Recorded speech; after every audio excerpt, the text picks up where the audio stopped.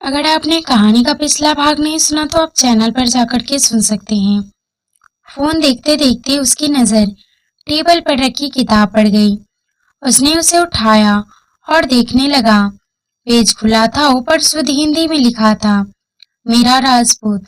हम ये उन मोहतरमा की है, पर उनको किताब की क्या जरूरत, उनके पास तो ऑलरेडी इतना ज्ञान है। Sorry baby but ravage is ravage कहते हुए अक्षत एक एक करके किताब के पन्ने फाड़ने लगा और वहीं हॉल में उड़ाने लगा। ये करते हुए उसे बड़ा मजा आ रहा था। किताब के सारे पन्ने निकालने के बाद अक्षत वहां से उठा और कमरे में चला गया।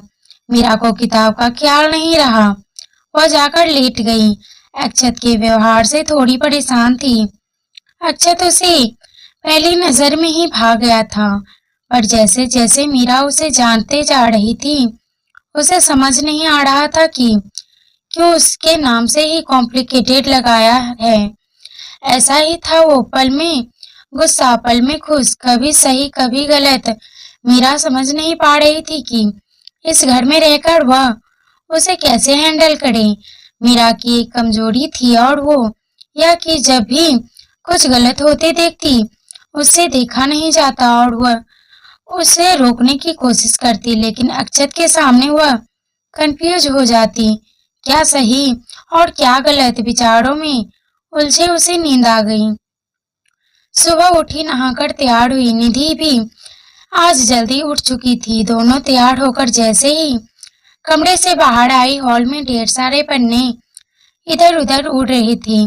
एक पन्ना मीरा के पैरों के पास आया। उसने देखा तो आंखें खुली की खुली रह गईं। ये तो उसकी बुक के पन्ने थे। मीरा ने एक दो पन्ने और उठाए और उन्हें देखने लगी तो निधि ने कहा, यह सुबह सुबह यहाँ कचरा किसने कर दिया? मीरा निधि की ओर पलटी और कहा, ये कचरा नहीं है निधि, हमारे कोर्स की किताब थी, पता नहीं किसने फाड़ दी। निधि ने दिखा दिया देखा कहते हुए मीरा की आंखों में आंसू तैर गए। उसने धीरे से कहा, इम्पोर्टेंट थी क्या? हमने कॉलेज की लैब से ऑनलाइन ऑर्डर की थी, कल ही मिली थी और आज खुद सारे नोट्स बनाए थे, पर सब बर्बाद हो गया। मीरा कहते हुए वो रुक गई। तुम परेशान मत हो, हम पापा से कहकर दूसरी ऑर्डर करवा देंगे। निधि ने कहा, पर इसके साथ ऐसा किसने किया होगा? मीरा ने कहा। सुबह सुबह क्या हो रहा है? अक्षत के कमरे से बाहर आते हुए कहा, भाई पता नहीं किसी ने बुक के सारे पन्ने फाड़ दिए। वो बुक मीरा की थी, इसीलिए वो परेशान हो रही है। निधि ने मायूसी से कहा, सिली गर्ल, इससे इतना परेशान क्यों होना, बुक ही तो है और आ जाएगा। अक्षत ने कहा, पूरे 60-80 रुपए की किताब थी। मीरा ने आंखों में आंसू भरकर कहा, 60-80 की तो थी, बस इतनी सी बात के लिए इतना परेशान? तुम्हारी दोस्त सच में पागल है निधि, अक्षत ने टोन मारते हुए कहा। आपके लिए सिर्फ 60-80 के हो सकते हैं क्योंकि आपके पास आपके पापा के लाखों रुपए हैं, पर हमारे लिए इन 680 रुपए की बहुत अहमियत है। जब खुद कमाएंगे तब एहसास होगा। मीरा ने अक्षत से कहा और वहां से चली गई। क्या भाई, वो पहले ही इतना परेशान है और आपने कहकर निधि वहां से दोनों पागल हैं, छोटी सी किताब के लिए रो रही हैं। पहले पता होता तो मैं ऐसा करता ही नहीं, कहकर अक्षत फिर से जाकर सो गया। मीरा नीचे आई। उसने अपनी उदासी छुपाने की कोशिश की। नाश्ता करने के बाद मीरा चली गई तो विजय ने निधि से कहा, निधि आज मीरा कुछ परेशान नजर आ रही है, तुम दोनों के बीच झगड़ा हुआ क्या? नहीं पापा, वो दरअसल मीरा की किताब फट गई थी, इसीलिए वो थोड़ा परेशान है। निधि ने कहा, बस इतनी सी बात, मुझे बताओ कौन सी किताब है, मैं अभी ऑनलाइन ऑर्डर कर देता हूँ। अर्जुन ने फोन निकालते हुए कहा, भैया वो नहीं। लेकिन निधि ने उदास होकर कहा, पर क्यों बेटा? विजय ने कहा, पापा उसके अपने कुछ उसूल हैं अपनी जरूरतों के लिए, वो किसी का एहसान नहीं लेती हैं। इस घर में भी वो बहुत मिन्नतों के बाद रुकी हैं। निधि ने कहा, हाँ ये राजपूत अपने वसूलों और वादों के पक्के होते हैं। खैर तुम कोशिश करते रहना। वो मान जाए। विजय ने कहा, अभी नहीं है ना, इसलिए थोड़ा परायापन लग रहा है उसे। जब यहाँ रहेगी ना सबके बीच तो इस घर को और हम सबको अपना समझने लगेगी। दादी ने कहा, मैं चलती हूँ पापा, कॉलेज के लिए देर हो रही है। निधि ने कहा और चली गई। लेकिन जाते जाते अपनी परेशानी अर्जुन के चेहरे पर छोड़ गई। कॉलेज में निधि अपनी क्लास में थी और मीरा अपनी क्लास में। दोनों के सब्जेक्ट्स अलग थे। बस एक सब्जेक्ट्स में साथ क्लास होती थी। क्लास खत्म होने के बाद मीरा क्लास में ही बैठी रही। उसे उदास देखकर रागिनी, निधि और मीरा की कॉमन फ्रेंड थी, आकर उसके पास बैठ गई और कहा, क्या हुआ मीरा, तू कुछ परेशान दिख रही है। कुछ नहीं रागिनी, बस ऐसे ही, मीरा ने उदास लहजे में कहा। मीरा, तुम मुझसे बता सकती है, हम दोस्त है यार। हो सकता है मैं तेरी परेशानी जानकर मैं तेरी कुछ हेल्प कर दूं। रागिनी ने अपना हाथ मीरा के हाथ पर रखकर कहा। मीरा ने उसे सारी बात बता दी। रागिनी ने बड़े ध्यान से सुना और कहा, अगर तेरी फाइनेंशियली प्रॉब्लम सॉल्व हो जाए तो सब ठीक हो जाएगा ना। हाँ, लेकिन उसके लिए बाहर निकलना होगा। मीरा ने कहा, देखो कॉलेज के बाहर पास ही में मेरे एक दोस्त का कैफे है, वहां पर तुम चाहो तो पार्ट टाइम जॉब कर सकती हो। इससे तुम्हारा कॉलेज भी बंक नहीं होगा और तुम्हें कुछ पैसे भी मिल जाएंगे। 1 महीने बाद एग्जाम्स है, तुम चाहो तो उसके बाद शुरू कर लेना। रागिनी ने कहा, थैंक यू रागिनी। मीरा ने कहा। उसकी थोड़ी परेशानी कम हुई। रागिनी उसे काम के बारे में बताने लगी। तब तक निधि वहां आ गई। जब उसने सुना तो उसे बहुत बुरा लगा और उसने कहा, मीरा, ऐसा कुछ नहीं करेगी तू। निधि, हमें कुछ ना कुछ तो करना होगा ना। मीरा ने कहा, कुछ नहीं करना जब तक मैं हूँ। कुछ पैसों के लिए तुम क्यों जॉब करोगी यार। निधि ने उदास होकर कहा, आज नहीं तो कल खुद के लिए हमें कोई ना कोई काम तो करना होगा ना निधि। जिंदगी भर तो हम तुम्हारे घर में इस तरह नहीं रह सकते ना। मीरा ने कहा, क्यों नहीं रह सकती, मम्मी पापा को कोई ऐतराज नहीं है मीरा तुम्हारे वहां रहने में।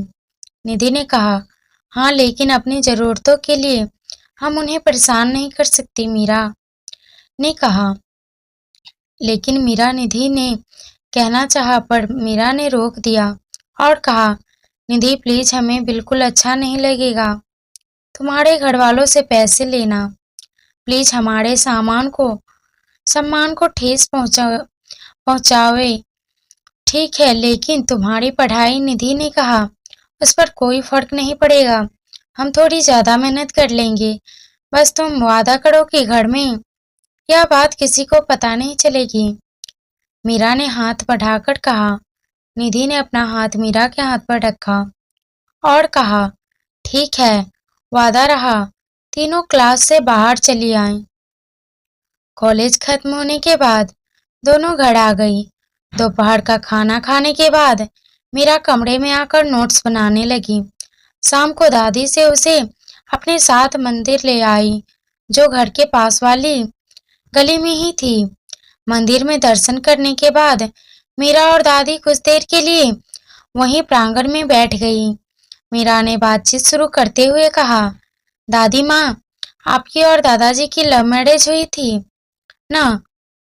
दादी माँ, हाँ मीरा, उस जमाने में लव मैरिज होती थी। दादी माँ, नहीं, बिल्कुल नहीं, पर मैंने और तेरे दादाजी ने घर वालों और समाज के खिलाफ जाकर की थी। मीरा, आप दोनों का प्यार कैसे शुरू हुआ, बताइए ना।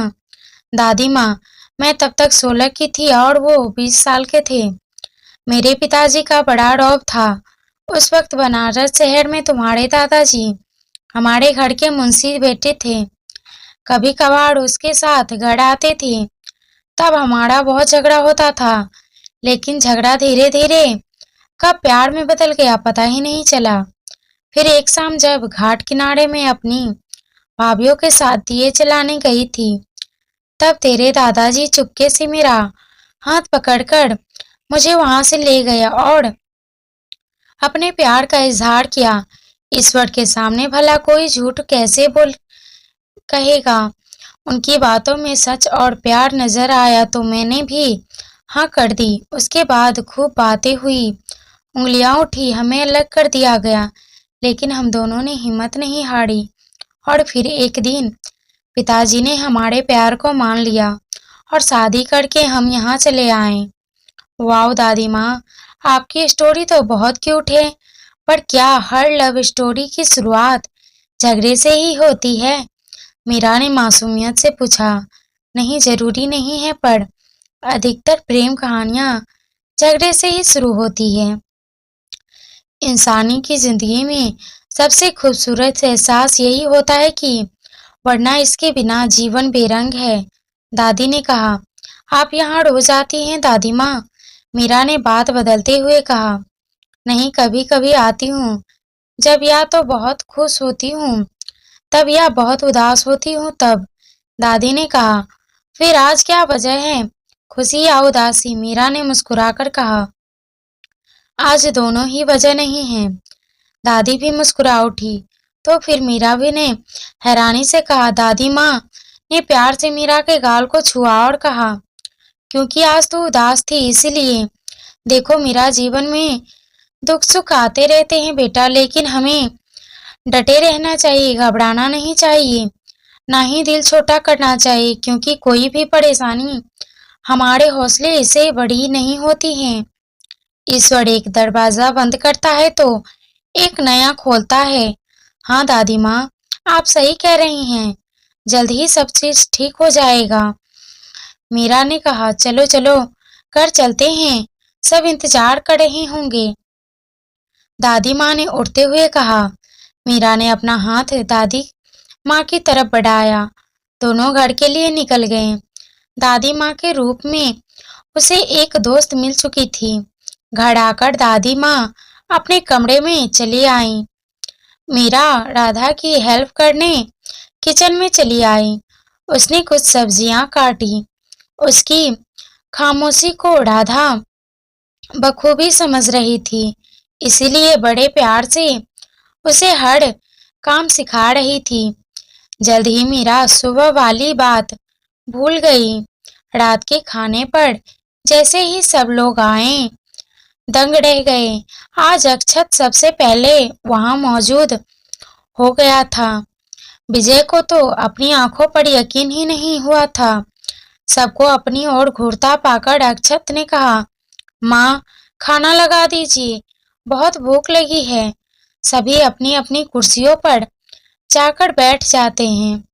अर्जुन मीरा के पास वाली कुर्सी पर बैठ गया ताकि जब मीरा आए तो उसे कुर्सी पर बैठे, लेकिन उसकी खराब किस्मत वहां निधि आकर बैठ गई। अब तो बस दादी और अक्षत के बीच वाली कुर्सी ही बची थी। मीरा को वहां बैठना पड़ा। सभी खाना खाने लगे। मीरा ने अक्षत को देखा और मन ही मन सोचने लगी, इन्हें समझना मुश्किल ही नहीं, नामुमकिन है। सुबह जो कुछ भी हुआ उसने कहीं इनका ही तो हाथ नहीं। अक्षत ने मीरा की ओर देखा तो मीरा नीचे देखने लगी और खाना खाने लगी। अचानक अक्षत को हिचकी शुरू हो गई। उसने पानी पिया, लेकिन हिचकी नहीं रुकी। राधा ने उसे खाने को कहा, लेकिन हिचकी नहीं रुकी। अक्षत का बुरा हाल हो रहा था तो मीरा उसकी ओर पलटी और कहा, हमारी आंखों में देखिए। व्हाट? अक्षत ने कहा। आप देखिए तो, पलके मत झपकाइएगा। मीरा ने कहा। अक्षत मीरा की आंखों में देखने लगा। मीरा की आंखें बिल्कुल उसकी आंखों में जैसी थी, बस पलकें मेरी ही बड़ी थी। मीरा की आंखों में देखते हुए अक्षत अपनी हिचकी भूल चुका था। मीरा ने देखा तो कहा, अब ठीक है। अक्षत ने देखा, वाकई उसकी हिचकी ठीक हो चुकी थी। राधा ने मीरा की ओर देखकर कहा, अरे वाह, ये कैसे किया तुमने? अगर हिचकी कि वक्त ध्यान कहीं और लगाएं तो वह ठीक हो जाता है।